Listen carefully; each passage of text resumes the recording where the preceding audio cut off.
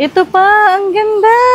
Ang kapal ng tela, 100 pesos lang. 'Di ba? Mga premium quality to. Dito na lang kasi mas mura dito kaysa sa mall. Sa 200 to 300 pesos mo, may pangmalakasan ka ng OOTD. Welcome back sa aming YouTube channel. I'm Mami O. So for today's vlog, ayan, nagbabalik na tayo sa ating favorite na shoppingan.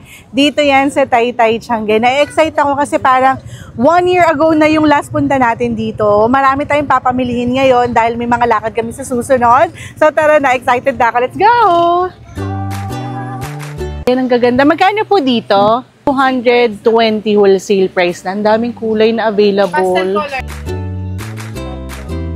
Skirts to. Shorts na and then mukha siyang palda. 120 pesos ang wholesale. Hinahanap ko si mama, nandito lang pala. Ayan, nakakita siya dito ng dress. Magkano? 75 lang. 75 pesos. Dito yan sa stall number 11, 12. Nandito pa rin tayo sa Pagpi. Stretchable. Ayan, dito na lang sa Shining East Tiange. Let's go. Meron sila ditong top, 145 pesos. Kasya daw yan hanggang plus size.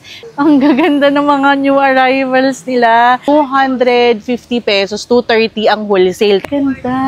Ito pa daw, nasa 250 pesos. Ito pa yung mga cords. Oh. Gagawa namin to ng detailed vlog na sa aming YouTube channel na ang buong shopping experience namin dito sa Taytay, Tiange.